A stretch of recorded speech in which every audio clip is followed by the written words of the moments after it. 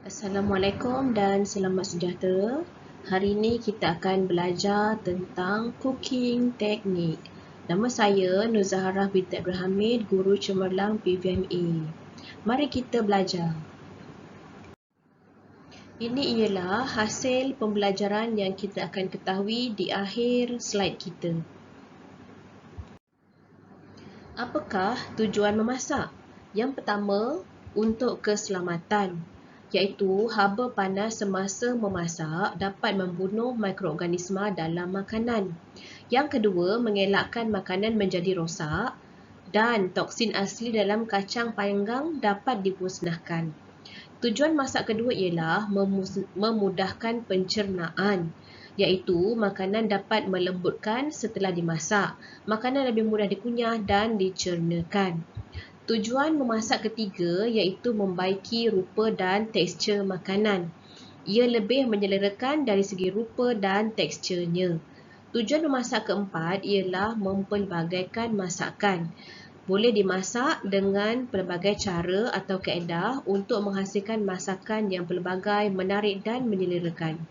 Tujuan memasak terakhir ialah menambahkan rasa makanan, iaitu makanan yang dimasak akan bertindak balas dengan haba dan menghasilkan bau dan rasa yang sedap bila ditambah perisa. Terdapat 3 cara haba dipindahkan. Yang pertama pengaliran, yang kedua perolakan, yang ketiga pancaran radiasi. Pengaliran maksudnya haba dialihkan melalui media yang boleh mengalihkan haba seperti bahan dari logam. Contohnya besi, aluminium, kuprum dan sebagainya. Haba perolakan ialah haba dialihkan melalui media gas atau cecair. Haba dialihkan secara mekanikal seperti pemanasan kipas. Yang ketiga, pancaran radiasi, iaitu haba dialihkan melalui gelombang haba, iaitu gelombang mikro atau cahaya. Sekarang kita masuk pada perubahan fizikal dan tindak balas kimia terhadap zat makanan. Zat makanan pertama ialah protein. Apabila protein dipanaskan, ia akan menjadi pejal. Contohnya telur. Jadi apabila telur direbus, ia menjadi pejal. Selain telur, ikan, daging, itu juga adalah contoh-contoh protein ya. Jadi protein ni bila dia dipanaskan dia akan jadi pejal ya, macam daging tu kalau kita rebus dia daripada lembut dia akan jadi kenyal ya, pejal. Apabila karbohidrat dimasak, ia akan bertukar dari segi tekstur dan warna. Contohnya beras dengan kentang, itu contoh karbohidrat ya. Apabila beras dicampur air dan direbus, ia akan menjadi kembang dan berkanji. Apabila kentang digoreng, ia akan menjadi keperangan. Jadi, karbohidrat ni dia sebenarnya dia berasal daripada gula. Ya, jadi gula tu kalau kita panaskan dia akan tercaramelize. Dia akan menjadi perang gula menjadi caramel.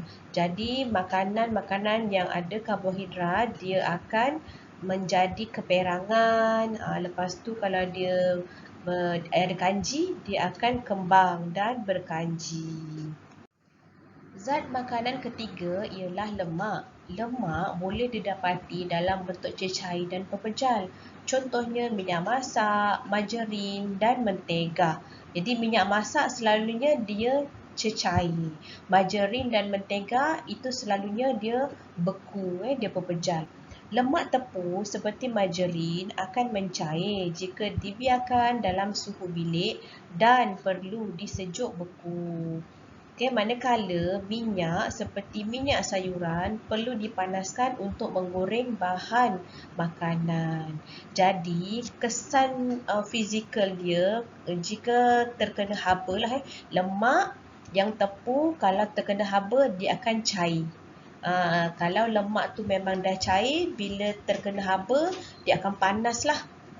Dia akan panas.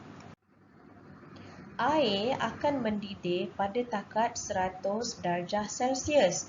air akan tersejat menjadi wap apabila dimasak. Contoh, okey, kita masak kari ikan, kita letakkan air kat situ.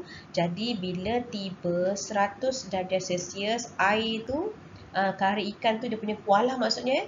Kuah tu akan menggelegar, lepas tu dia akan tersejat. Jadi kuantiti kuah dia tu menjadi sikit sebab dah tersejat. Masakan berkuah seperti kari ikan akan mengering dan menjadi hangit jika tidak dipantau. Air akan membeku jika berada di bawah takat beku 0 darjah Celsius. Itu ialah tindak balas perubahan fizikal ke atas air. Zat makanan yang kelima ialah garam mineral. Garam mineral mudah larut dan diserap oleh tubuh tanpa proses pencernaan. Contoh bahan tidak organik dalam susu, kekacang, sayur-sayuran seperti kalsium, fosforus, natrium dan zat besi. Garam mineral juga tidak mudah musnah walaupun dimasak dalam tempoh yang lama. Zat makanan keenam ialah vitamin. Vitamin terbahagi kepada dua, iaitu vitamin larut air dan larut lemak.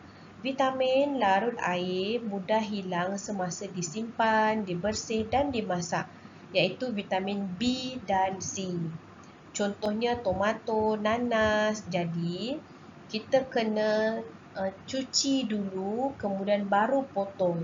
Sebab bila kita dah potong sayur tu, nanti vitamin larut air tu dia hilang. Jadi kalau kita dah cuci awal-awal baru potong, vitamin tu dia tak terlarut bersama-sama air lah. Ya. Kemudian, vitamin larut lemak pula mudah hilang semasa proses memasak, iaitu vitamin A, D, E dan K. Contoh sayur-sayuran hijau seperti sawi.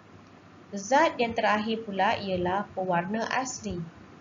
Pewarna asli ditukar oleh sistem tubuh kepada retinol, iaitu vitamin A. Contoh pewarna asli ialah carotenoids yang boleh didapati dalam lobak merah, buah plum dan mangga. Itu saja dari saya untuk hari ini. Sekian, terima kasih. Bye.